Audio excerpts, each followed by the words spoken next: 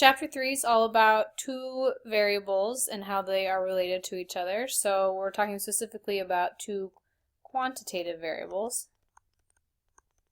So those would be something to do with numbers. So anytime you have two quantitative variables that you're trying to put together, we're going to make a scatter plot.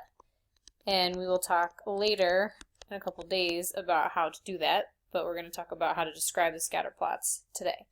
So the explanatory variable, that should go on the x-axis, and then the response variable should go on the y-axis. So if you remember from when we talked about in chapter 4, the response variable is going to measure the outcome of a study.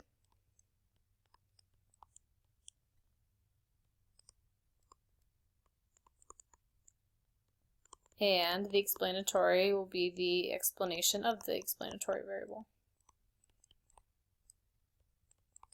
I'm sorry, the response variable.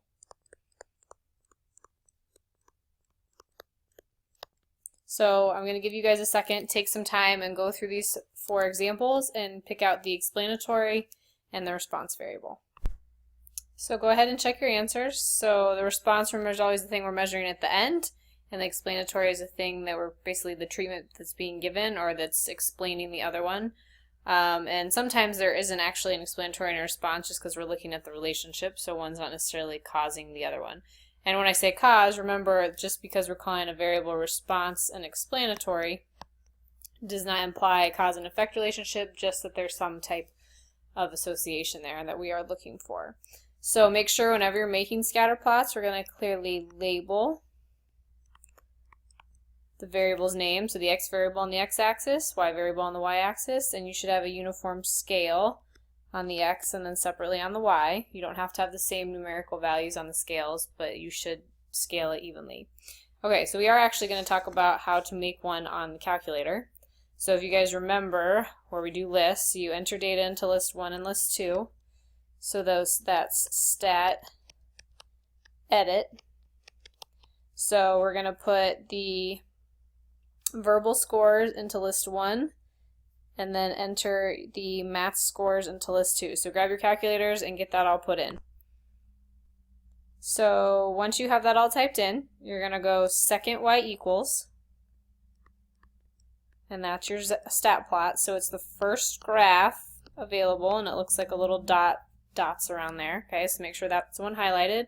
And then zoom stat is the number 9 stat. So make sure you do that, and you should get a scatter plot to show up on your calculator. If this is anything you're having trouble with, we can talk about it when I'm back. So you can also add categorical variables to scatter plots. You would just maybe use a different symbol for the dot. If you were doing something like with SAT scores, you could do it by state, you could do it by gender or schools. You could use different symbols to represent different categorical variables within the scatter plot. Alright, so talking about how to describe the scatter plot. So the 4 things we're going to talk about are the direction of the relationship, the form, so the shape, the strength of the relationship, and anything that's unusual, so unusual values. Alright, so the 3 ways you can talk about direction. You can have a positive association. So if higher values of one variable, the x, are associated with higher variables of the other, so it can be scattered tightly or not tightly, but in general it's going up from left to right. It could be curved, so those are all positive relationships, so we'll have a positive kind of slope to it. Height and weight are 2 variables that will have a positive relationship. We can have a negative association.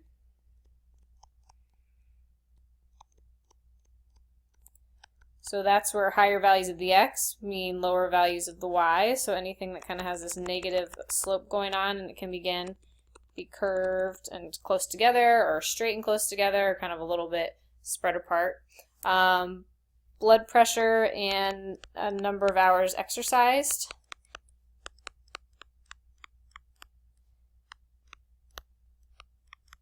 So as your blood pressure goes up, if you're exercising more, I'm sorry, as your blood pressure is going down, you should be exercising more. So that would be associated something like that. And then we can have no association. There's really no trend. It's just all over the place. So you have something where it's just kind of scattered. There's no obvious up and down. It's just kind of all over the place, no pattern. So once you talk about positive, negative, or no association, you can talk about kind of the shape. So you can have a linear relationship, nonlinear or curved,